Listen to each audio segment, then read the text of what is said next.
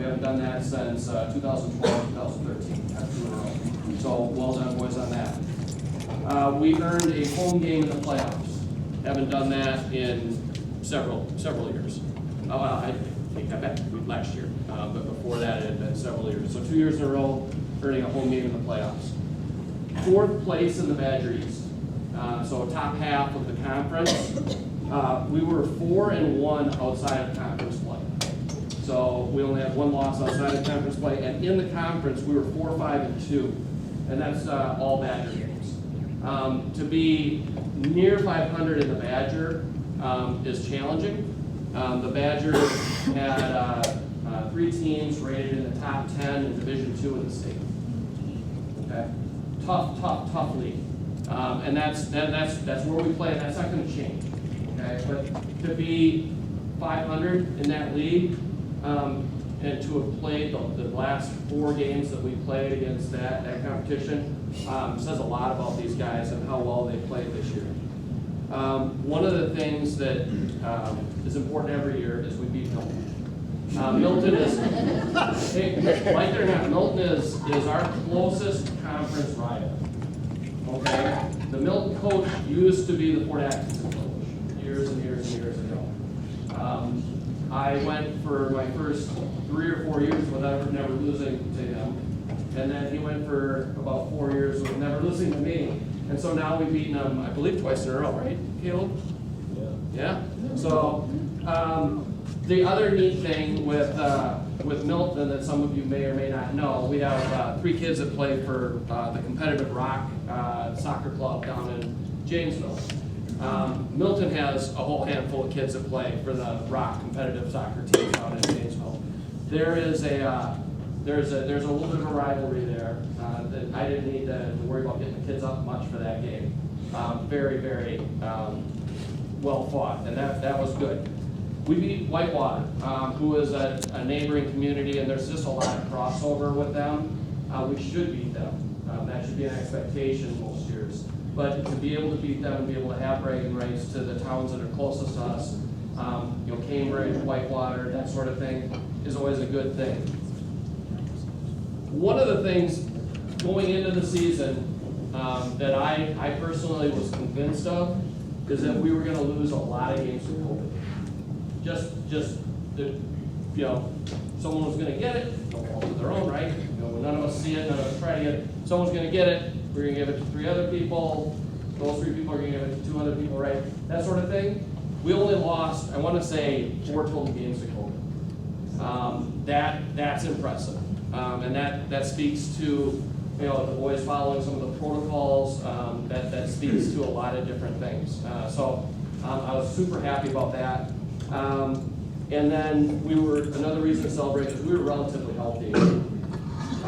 So there's a couple things that go into that. Number one, what we do in the summer, when we bring kids in for the fall, if they come in shape, okay, they don't even have to be in great shape. If they come in shape, there's a much smaller chance that I'm going to hurt them. If they come in and they're not in shape, almost always I hurt them because we go, right? You can't play soccer unless you're fit. And if you're not fit, it's not a very fun game to play. So we worked pretty hard. This year we lost very few games, and most of the injuries were things where someone would kick someone or get stepped on or something like that. So every day before practice or to start practice, we do 30 minutes of fitness, and that's some running, that's some jumping, that's some push-ups, sit-ups, air squats, hamstring work, core work. We do that for 30 minutes before every practice, and the reason we do that, I tell them so that they get their beach body, but the real reason we do that is to protect them and to make sure that we're not hurting them. So I think that's, again, every year we go through that, and we don't have a kid with an ACL, and we don't have a kid with this, that, or the other thing. I think is a reason to celebrate. So those are some of the things from a varsity standpoint that I thought were worth celebrating. And I think this team, especially the varsity team, should be held in pretty high regard for their results and for being good kids.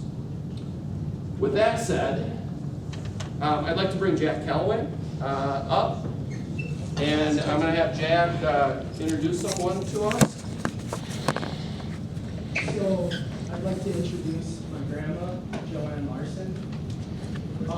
She's on the board of directors for Amerson's Pond and for the Kiwanis Club and the Jefferson County Real Estate Board of Realtors. And she made a very generous donation this year to the soccer program that made it possible for us to have the shelters that are behind our benches. And just like to give her a big thank you.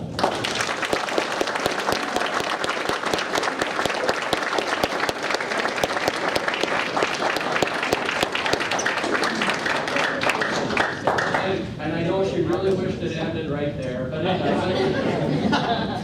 So, there is one other thing that makes this day special other than the celebrating of our soccer teams, and that is it's someone's birthday. And we have a tradition. We have a tradition. If I ever find out that it's a player's birthday, we bring them in the circle and we sing them happy birthday, but not necessarily in English. So. Yeah. Feliz cumpleaños a ti, feliz cumpleaños a ti, feliz cumpleaños a cumpleaños a ti.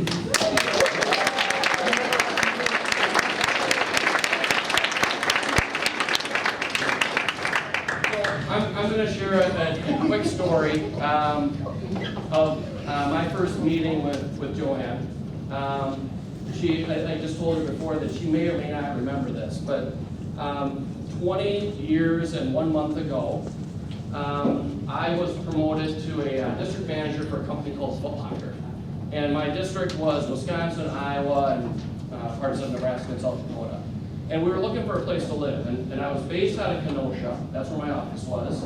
And so my wife and I were looking in Kenosha and Racine. We're trying to find a place to live, and we can't find anything. The stuff that we can afford is dangerous. The stuff we can't afford, we can't afford. And my wife's sister actually lives in Fort Atkinson, and we were going to just stay with them the night before we headed back to Egan, and we were just going to probably rent an apartment or whatever. We didn't really know what we were going to do. And we pulled into my wife's sister's house, and they immediately said, would you ever consider living in Fort Atkinson? And I was like, well, I don't know. And gosh, I want to say it was a Saturday night at literally 6 o'clock Saturday night. Well, Mary makes a phone call, my wife's sister makes a phone call, and Joanne takes us and shows us 3 houses.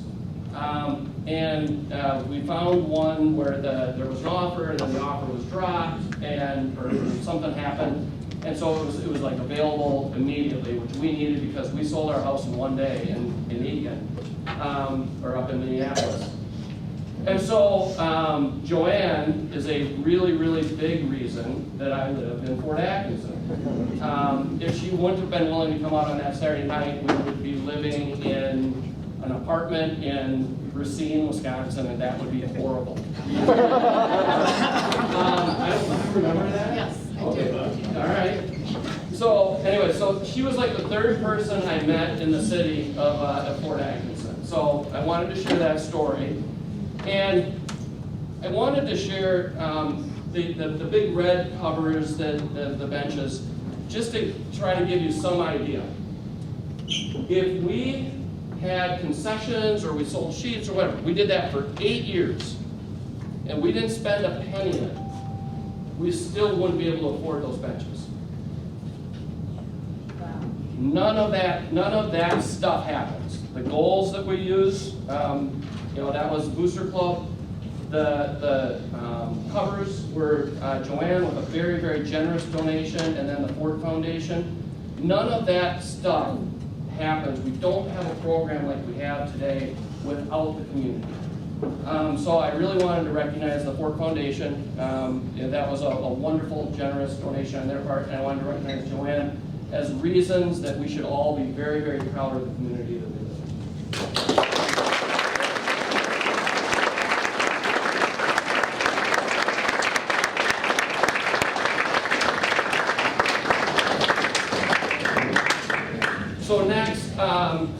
like to recognize the parents of all the players. And players, you'll get it in about 15 years probably. All of the time and the effort that you have each and all put into your children, not just from a soccer standpoint, right? You know, getting them to school, getting them to soccer, getting them to basketball, getting them to whatever, right? We had a really, really good year. Like any year, we had a bump in the road or two, but much smaller bumps than we've had in the past. It just indicates a really, really good group of kids. So thank you for your time, your effort, and thank you very much for sharing your children with us. And lastly, just like we had the ice cream tonight and we've had the concession stand, thank you very, very much for your volunteer hours. We again, similar to the community, right? We don't have the program we have without that. So thank you very, very much for any and all time you put in. Next, I'd like to thank Travis, Eric, and Coach D.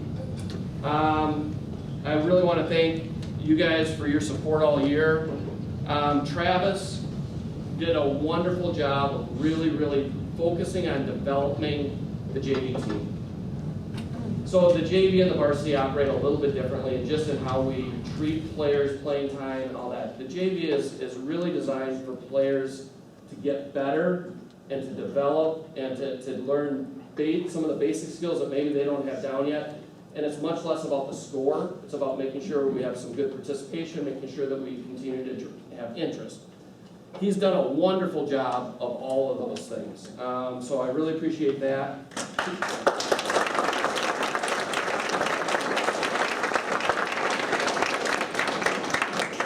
He also was a huge help this year in communication. I took a sabbatical from work, so I had about a 5-week, 6-week stretch where I wasn't working, where I was able to do the communicating on my own. But normally, how it works is I go to work in the morning, I work from 8 till 2:30, I zip back for practice, I do practice, and then 6:30 till 9, I'm back at work, right? And so I'm working split shifts, and so it's really hard to get emails out that don't go out till like 10 o'clock at night, and then you don't see them, and then you're mad at me, right? So Travis did a wonderful job of really helping communicate. He's also a better planner than I am. So he kept me on my toes about just some really loose, open-ended questions like, Coach, when do you think we're going to do the postseason meeting? I'm like, oh yeah, that's right. So Travis did a wonderful job of that. Eric, I am very, very proud to call my friend. He's someone that I've coached with for almost 15 years on and off. I asked him this year to do something that was out of his wheelhouse. Eric likes to stay in his wheelhouse. But I asked him to work with our keepers. And we didn't have a keeper coach per se, and I always tried to have a keeper coach with limited success. And Eric was a little bit hesitant. He wasn't sure. And do you remember what I told you? YouTube is your new best friend. So Eric's an engineer, right? And so he really understands some of the mathematics, the angles, and some things like that. Really became a keeper expert pretty early on. And we had a wonderful year in the net. We had, unfortunately, some of your kids got to spend a little more time in the net than they would have liked, just through some circumstances. But specifically, he worked really hard with Peyton, and we were able to change a few things that were just habits that weren't necessarily positive. And boy, he had a heck of a year. So, Eric, thank you very much for stepping on your wheelhouse.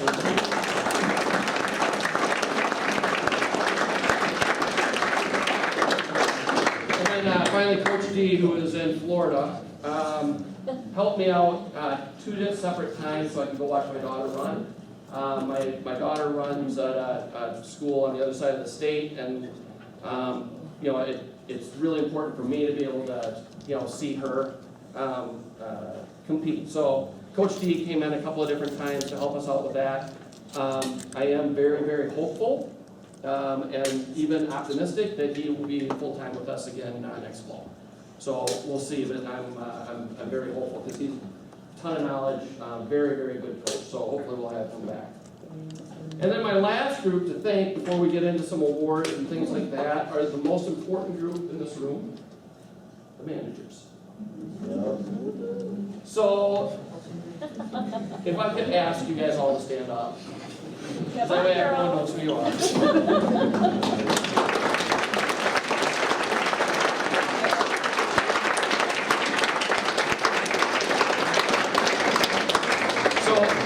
I think Travis really did a great job of hitting it on the head earlier.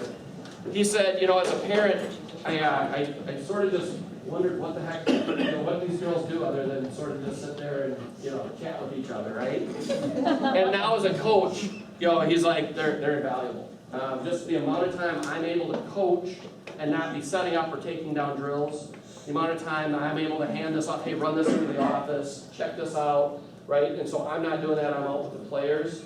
The amount of time, pregame that I can focus on the pregame and not, making sure that we have a, possession drill set up and making sure that we have someone chasing balls or making sure that we get our game balls back, right?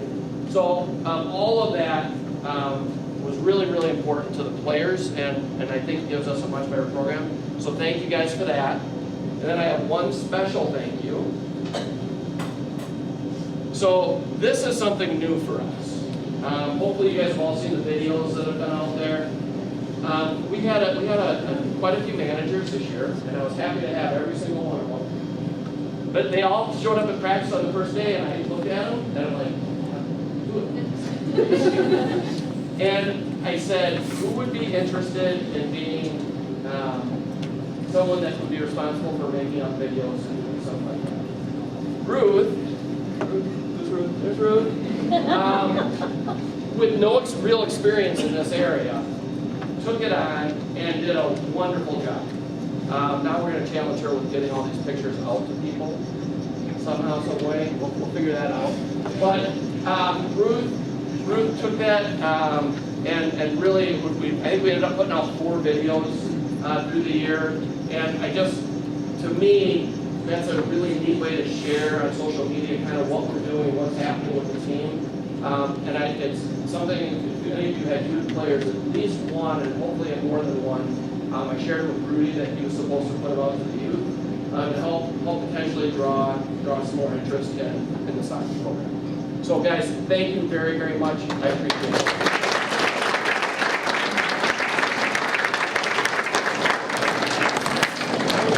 So next, guys, we're going to go player awards, and we'll start with the JV. Congratulations.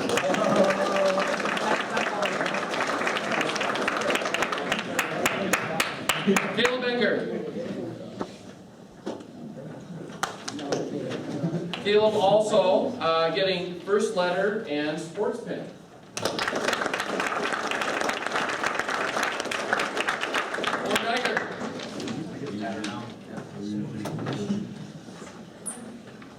Owen Geiger, believe it or not, is getting his first letter and his sports pin.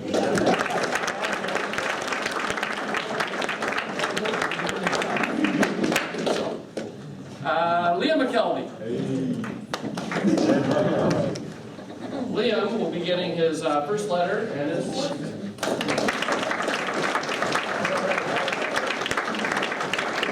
So I want to pause right there.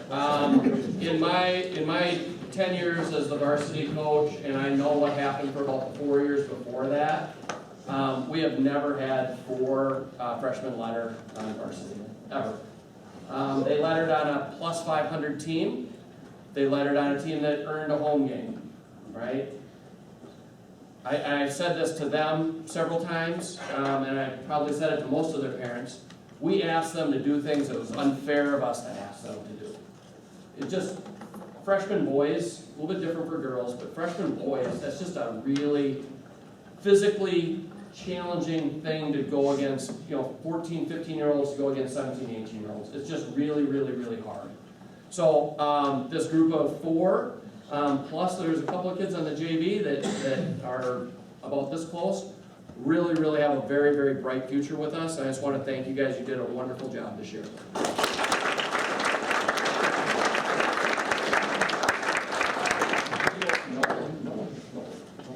Noah Baldry.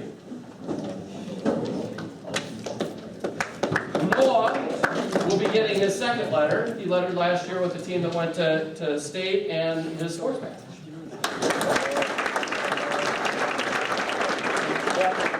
Arian. Arian, sports patch and second letter.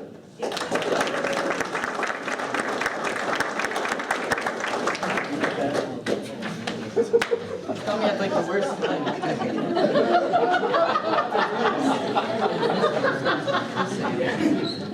Oh boy. All right. Peyton Weissman.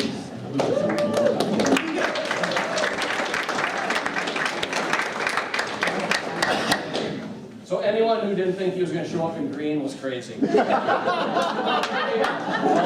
done. Peyton's got, where are you at? Sports patch, first letter, sports pin, and something else that'll be coming in a second.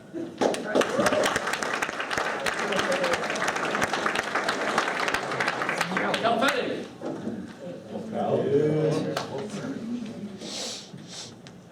So Cal's also getting his second letter. Congratulations. There you go.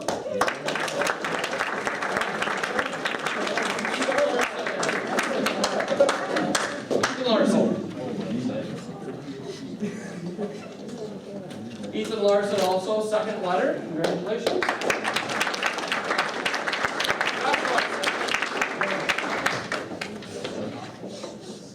Second letter, Josh. Well done.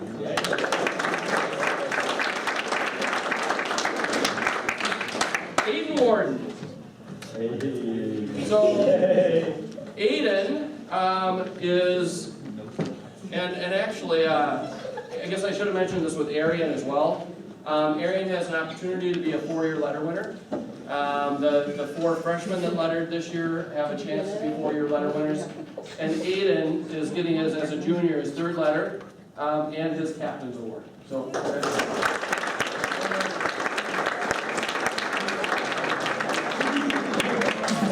Scott Bookdown.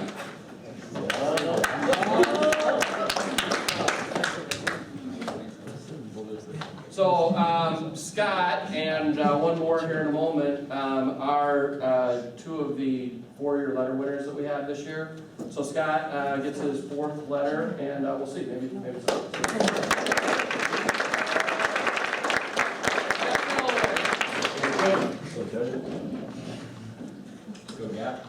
So Jack is getting his third letter and his captain's award. Well done.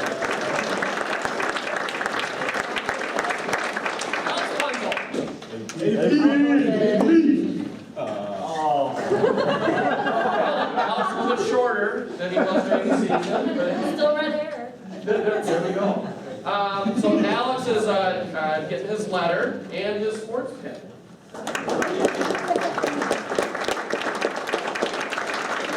And then lastly, Caleb Strayer, sorry, Caleb.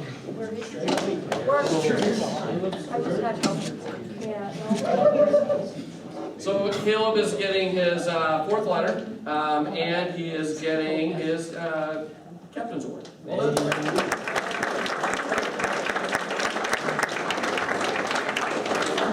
And then Spencer Whitcomb.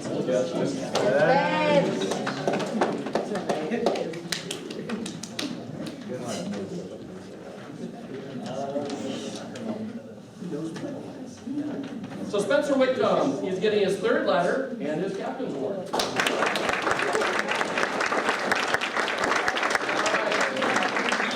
now we're going to go on to the more of the awards portion. There's some additional awards for the JV, and then there's some awards for the varsity. We'll take you through that.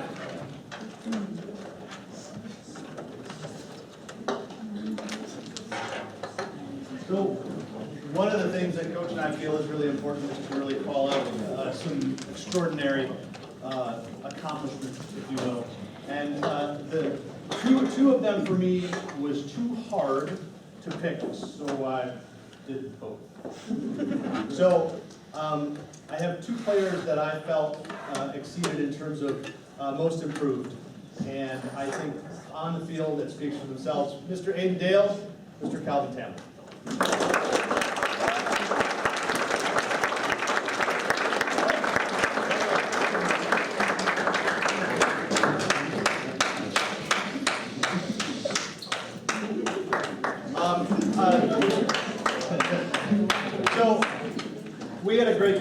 line, and so it's a little bit hard for me to call out one specific player in terms of a defensive player of the year. He can't be with us tonight, but I called out Saul Meyerloop as our defensive player of the year as a right back. He was exceptional, and I'll be sure that he gets that award, so I want to give him a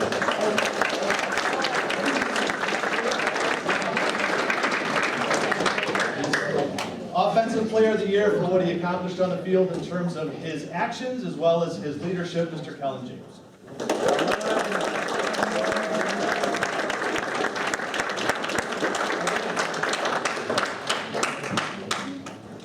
A huge kudo to the whole team. I can't say it enough.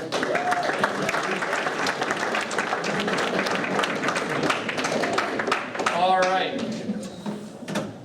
So we're going to start with managers. If I could have Deanna and Ruth come on up.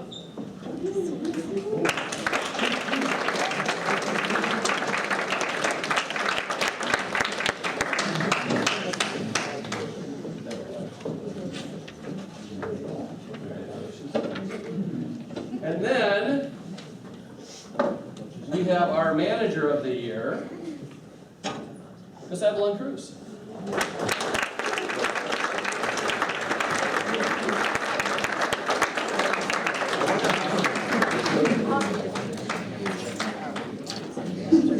All right, guys, so for players,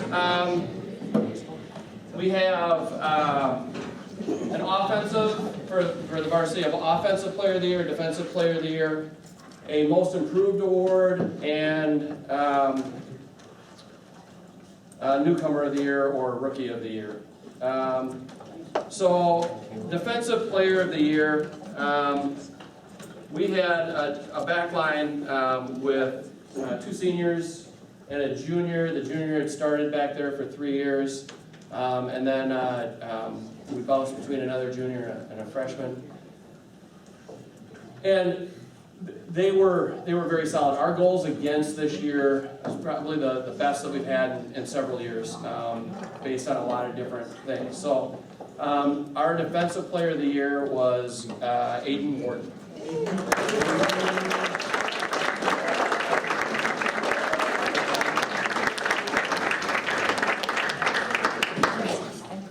Our offensive player of the year led us in goals and was a real spark plug to our team. When things were going well, he was putting the ball in the net. Arian Downhausen.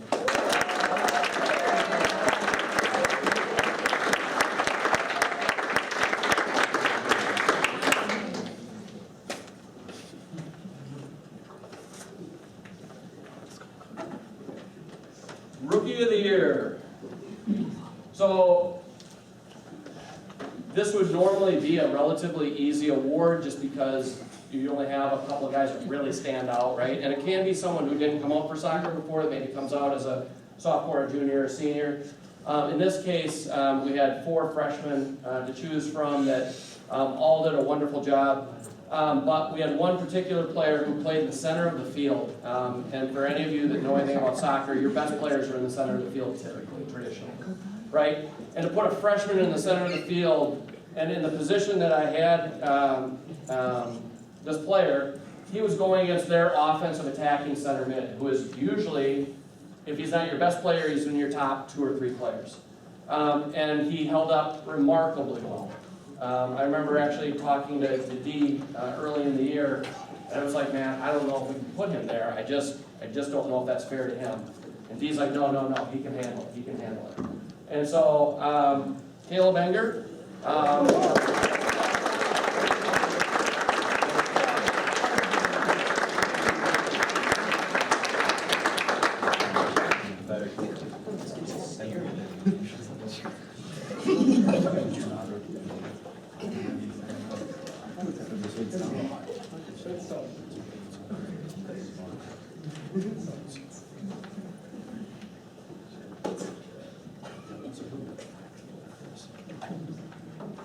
All right, and so from a varsity standpoint, we have the 3 that come with a big wood plaque. We don't have it tonight with us, or those with us, just where, again, we're just a little bit early on things. So we have our most improved award, and going into the year, we were pretty confident on what we were going to be able to do up top. We were pretty confident on what we were going to be able to do in the back. We were kind of wondering what we were going to do on the wings. The thing that scared us as coaches is what were we going to do at keeper. We had a kid that played as a freshman in the spring. We had another guy that just wasn't available early on, and we're looking at maybe we shift a field player that's a little bit older, a little bit more experienced, and we move them into keeper like we did the year before. Because again, as a coach, the last thing I ever want to do is put someone in a position where they're not going to have a chance to be successful. And Peyton showed us in practice early on that it was worth giving him a shot. For any of you that attended games on a regular basis, he had a wonderful year. He had a fantastic year.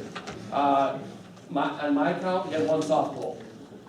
That was a hard ground ball that crawled up him and ended up going in.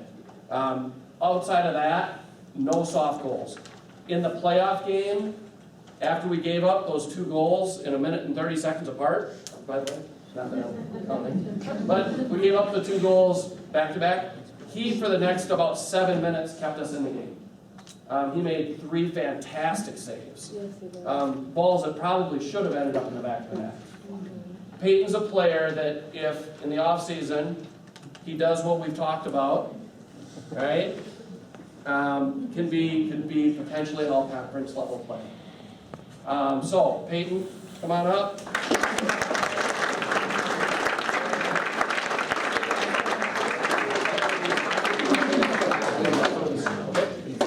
The next is Coach's Award. So from a Coach's Award, what I look at is, do I have a player that is more worried about the team's success than their success? If I need to communicate something out to the team, who do I go to? Who speaks in the huddle before games? Who's kind of the emotional leader of the team? And then have they done the right things throughout the year? Right? Are they showing up on group chats or whatever, doing inappropriate things? Are they bringing other people down versus lifting them up? Are they doing those sort of things? And if they're not, that's someone I'll consider for the Coach's Award. So this year, I selected Caleb as our Coach's Award. He is a 4-year letter winner, and but it was a wonderful player for us. A lot of energy. When we needed to be stronger in the mid, we slipped him back into the mid. When we needed a goal, we put him up top. When we needed the ball over at Taco Bell, we let him shoot it over the top.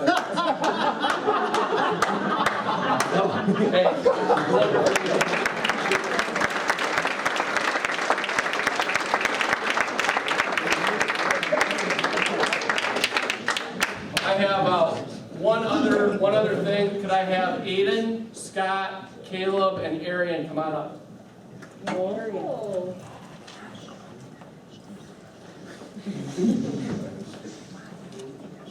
So tomorrow night, I go to Wanakee and we vote on all conference players.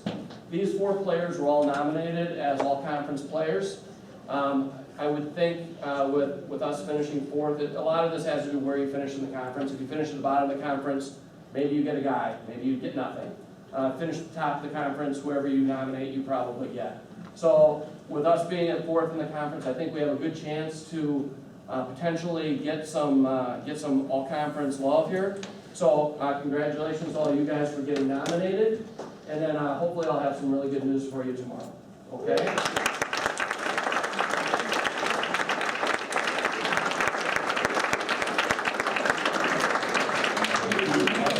I said to Scott, I don't think you want to go anywhere. I think you just want to stay right here. So we have one award left, and that is the MVP award. The MVP award is the player that we would really struggle to do without. On the back line, Scott started back there for 3 years. His first 2 years, he was played more in a holding mid. and has done a wonderful job. I had multiple coaches approach me during the year, and we talked, and they said, yeah, I saw that number 5 on tape. So they knew exactly who he was. They recognized his skill. Scott has been a club soccer player as well as a basketball player. You can do both for the last, how long have you been in Rock? Like 8 years, 9 years? At least. Since 5th grade. Yeah, so like 8 or 9 years. He plays at a reasonably high level, and you can just see from his skill standpoint where he's at. And I've shared this before, but I remember seeing him as a 9-year-old or a 10-year-old. I was down just kind of watching some FAHS stuff, and just even then, wonderful feet. Absolutely was never off balance, always set up in the right way. Very, very talented player. So you will get your MVP award when everyone gets their MVP award, which is at the all-ball banquet, okay? Hey, congratulations.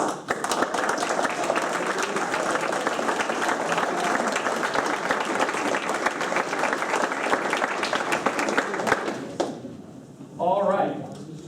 Scott and Alex, they're the seniors that we're going to be missing next year, and they are wonderful players. They will be very, very difficult to replace. So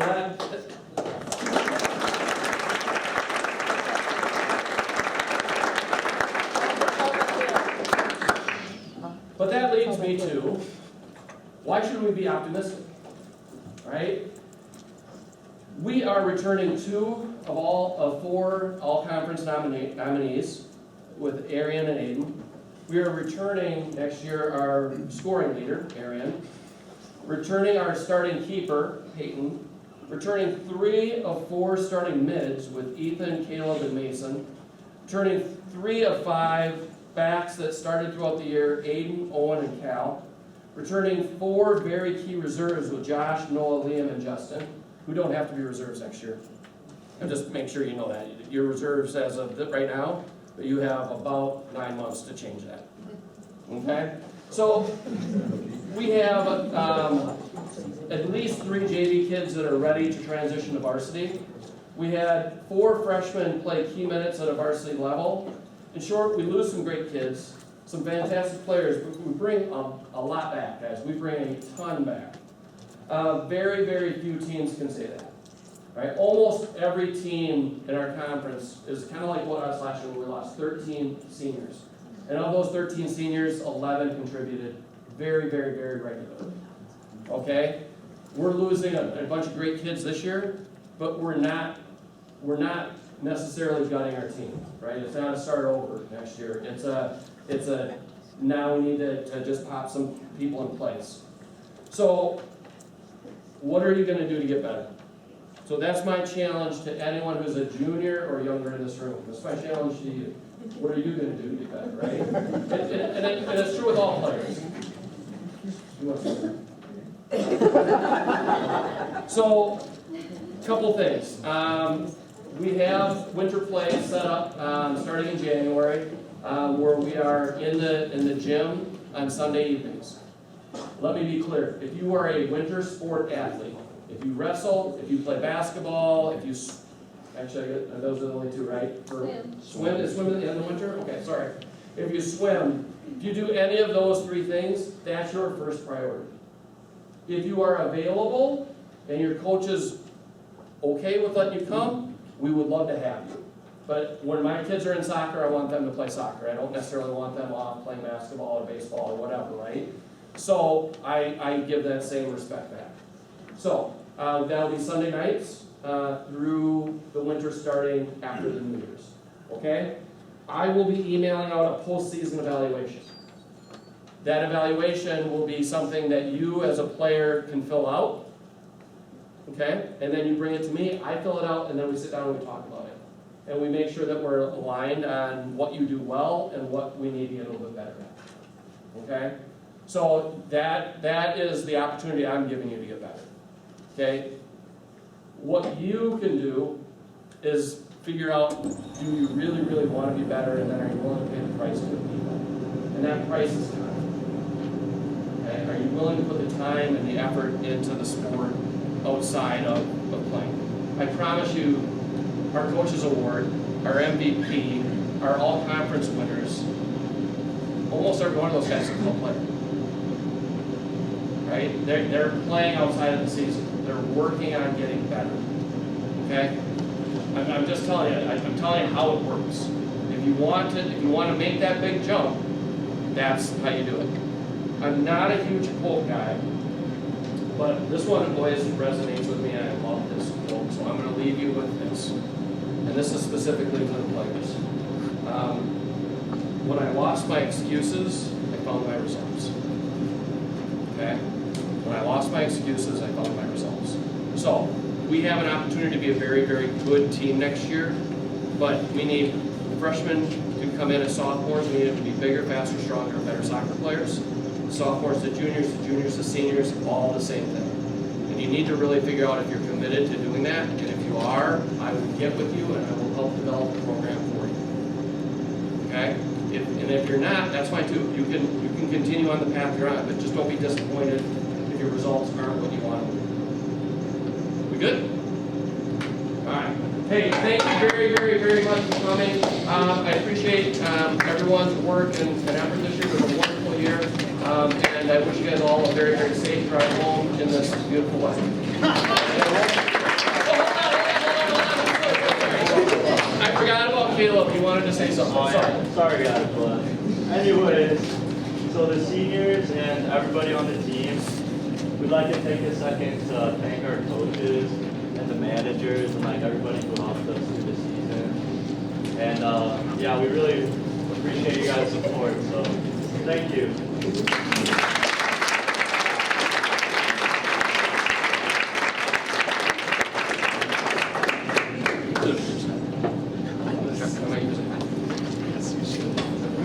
Thank you very much. I appreciate it. Thanks, guys. Thanks. Appreciate it. Managers. Oh,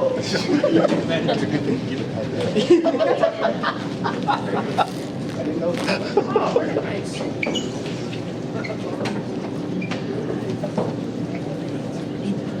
Well, Joe, we also got you this. Managers. Was that the 10 years?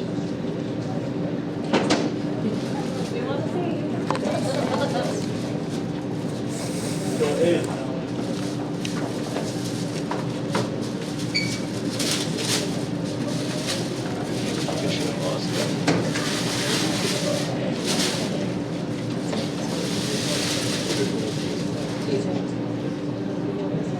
Oh, that's cool. So guys, this is all of the teams that I've coached over the years. Guys, thank you so very, very much. And or your moms. I really appreciate this. This means a lot to me. I have several of these on the longboards with the funny poses that you guys do, but I don't have all of them. I've missed a couple of years. So this is awesome. Thank you so much. I appreciate it.